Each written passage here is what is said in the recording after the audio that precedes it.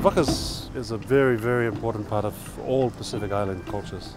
Every single person native of different Pacific Islands relates to the Vaka, and it's the importance in our being and how we even became to be part of the islands that we live in.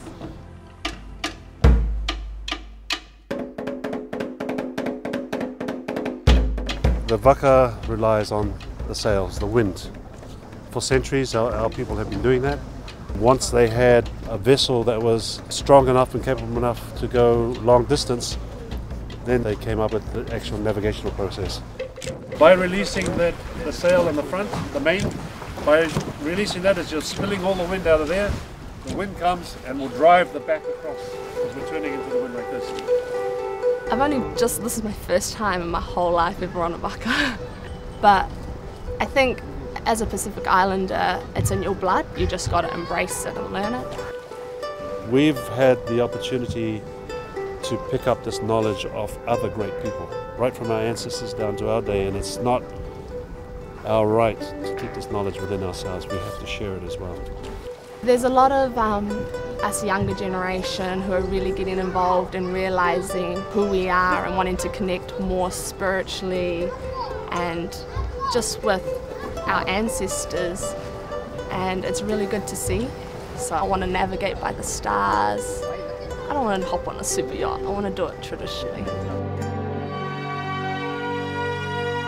You have to really spend the time on the ocean and with the elements. In a totally covered sky at night time, we have to memorize up to 150, 200 stars in the sky. So if in a totally clouded over night, if a star pops up in the sky, we have to identify what that star is and know where it came from and where it's going, and then realign the canoe accordingly to what we see. This here marks off where all the different stars rise and set from. We call them houses. Yeah. Because the stars are housed in those areas. And that way we determine which direction we're going in. Where we had no navigators at all in Polynesia, we now have probably a pool of about 25 to 30 who are capable of navigating a canoe from one island to another.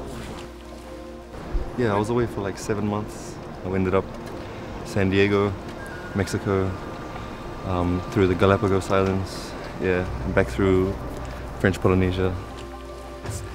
It's hard, but it's simple, put it that way. You wake up, you work very hard, then you eat and you talk, get to know everybody inside out. You become this tight-knit family. You run your day like they used to, you know, with the sunlight and the darkness. It's simple and it's just amazing, yeah.